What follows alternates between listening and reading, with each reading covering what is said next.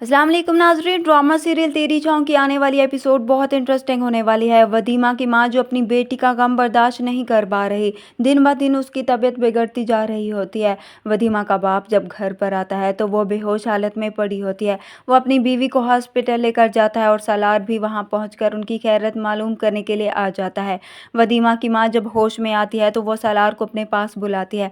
सालार से कहती है, मैं जानती हूँ मेरी बेटी जिंदा नहीं है, इसलिए तुम अब इश्तिहार दो कि मेरी बेटी की मुझे लाश दे दें ताकि मैं उसकी तदफीन करके सुकून हासिल कर सकूं।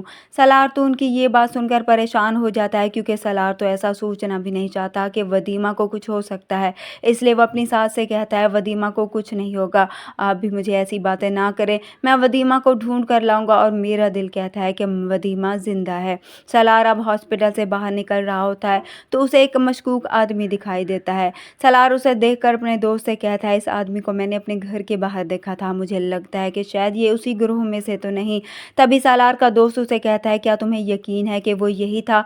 तो सालार उसे कहता है, यकीन तो नहीं, मगर मैं इसको ऐसे छोड़ भी नहीं सकता, उसका पीछा मुझे करना चाहिए। इस तरह से सालार और उसका दोस्त उस आदमी के पीछे चले जाते हैं। दूसरी तरफ मिर्ज़ा साहब जो वदीमा को तैयार करवाने का हुक्म देता है, तो वदीमा अभी उनकी बात नहीं मान रही होती। तभी वहाँ मौजूद एक लड़की वदीमा को मशवरा देती है, उसे कहती है, जैसा ये लोग तुम्हें कह रहे हैं तुम वैसा ही करो, वरना मिर्ज़ा साहब जैसे लोग दिन में तो फरिश्ता सिफत इंसान होते हैं, मगर रात को ये भेड़ी बन जाते हैं और सबको अपने शिकंजे में जकड़ लेते हैं।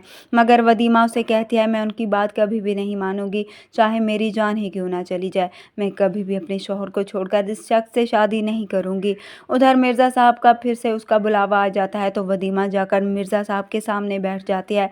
मिर्ज़ा साहब जब वदीमा से कहता है कि मैं एक शिकारी हूँ और शिकार करना मेरा शौक़ है, और जानती हो मुझे डर कर भागते हुए हिरन का शिकार करने में बड़ा मज़ा आता है, तो वदीमा जो इसकी बातें सुनकर समझ रही होती है, वो अब मिर्ज़ा साहब से कहती है, आप मुझे गोली मार दें, क्योंकि मैं आपकी बात तो कभी नहीं मानूंगी, इसलिए मुझे मार दें ताकि मैं भी सुकून से जा सकूं।